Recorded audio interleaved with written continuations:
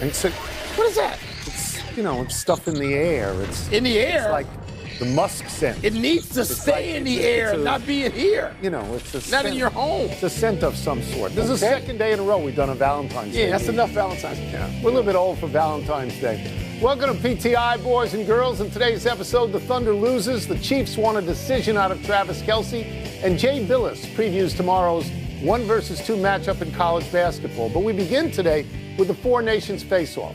Last night, the United States pounced on Finland 6-1, setting up a game tomorrow night against Canada, which won their first game over Sweden. This game will be played in Montreal.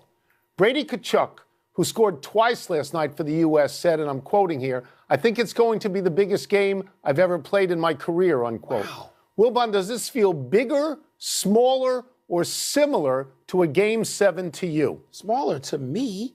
And I've been to a lot of Game 7s in the NHL, in the Stanley Cup playoff, a lot. And particularly, in the aughts and the teens, actually, with the Blackhawks playing some Game 7s, winning and losing.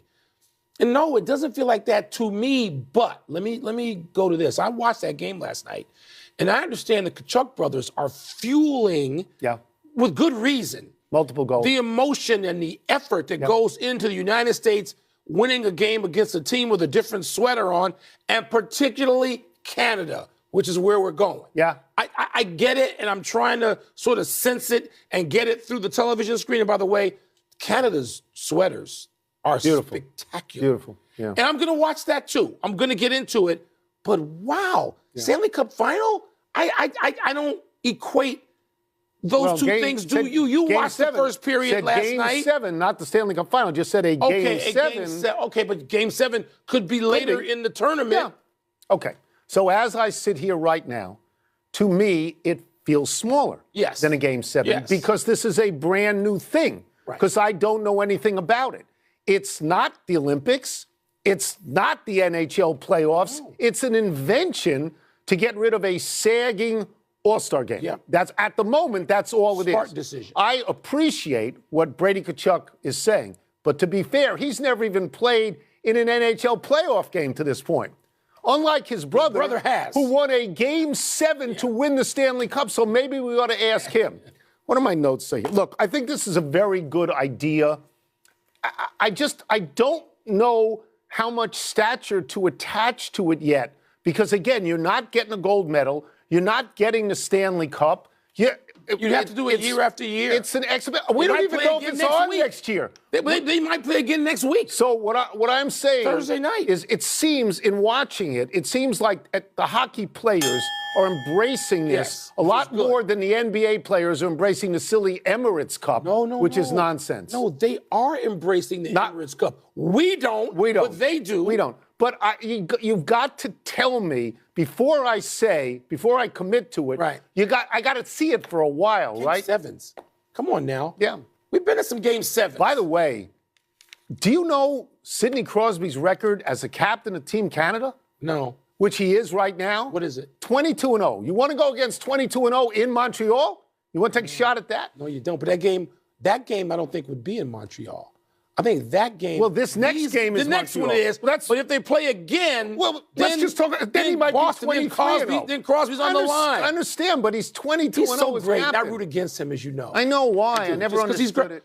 You want to root against chumps or you want to root against royalty? Which one? It's my lead. I don't know. I don't want to root against him. I think he's good. Let's move to the NBA and Minnesota beating Oklahoma City last night, 116-101 in Minneapolis.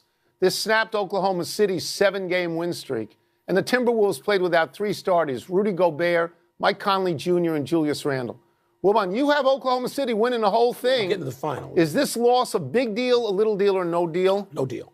No deal, and here's why. It had nothing to do with Oklahoma City, who is the best team in the league right now by record, who I think will get to the NBA final, but it's going to be difficult.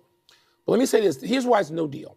Because Minnesota has spent an entire season trying to figure out who it is after dealing Karl Anthony Towns to New York for Julius Randle. Mm-hmm. Randle's been in and out of the lineup some. Rudy Gobert wasn't in the lineup last night. Ant-Man has played fabulously, mostly.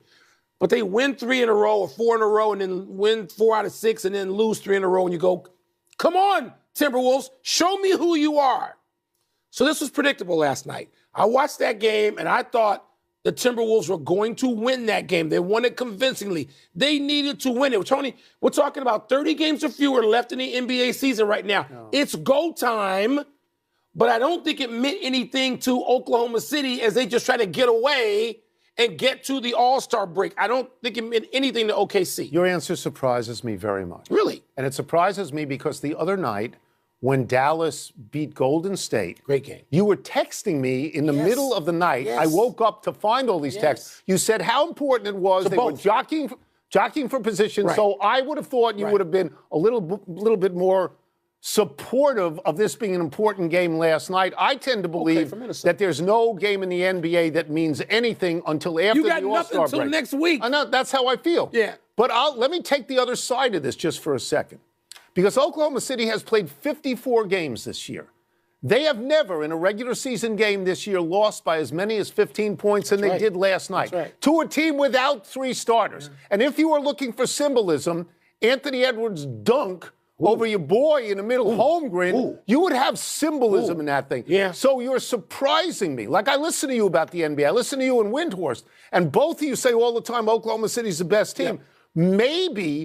Maybe if you lose this game to a team that last year got to the conference finals, maybe this is more meaningful than I think or you think. Maybe. And I'm going to go back. I'm going to concede this to you. The game was important to Minnesota.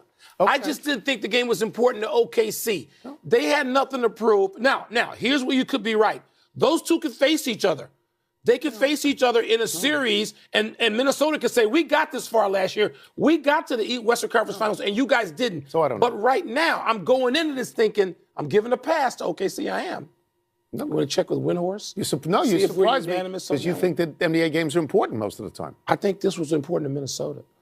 Earlier this week, moving to the NFL, Travis Kelce said he hadn't decided whether to play next season, saying he is, quote, kicking every can that I can down the road, close quote. Well, The Athletic reports the Chiefs now want a decision from Mr. Kelce by mid-March.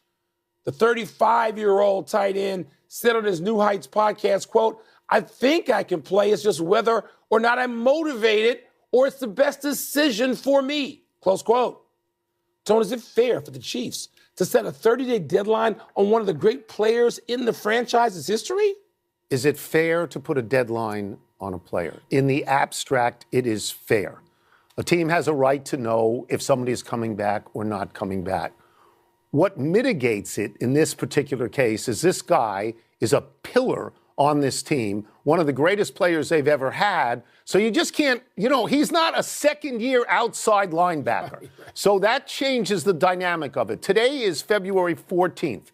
My understanding is the deadline is March 14th. That's 4 full weeks away. I will say that I concede that it's fair, but it feels like, what have you done for me lately? And what Kelce has done for them lately ain't that much. He had the worst year of his career in terms of catches and touchdowns. In his last 2 playoff games, this is the AFC Championship game and the Super Bowl, big games. If you combine his production, you put both together, that's still less productivity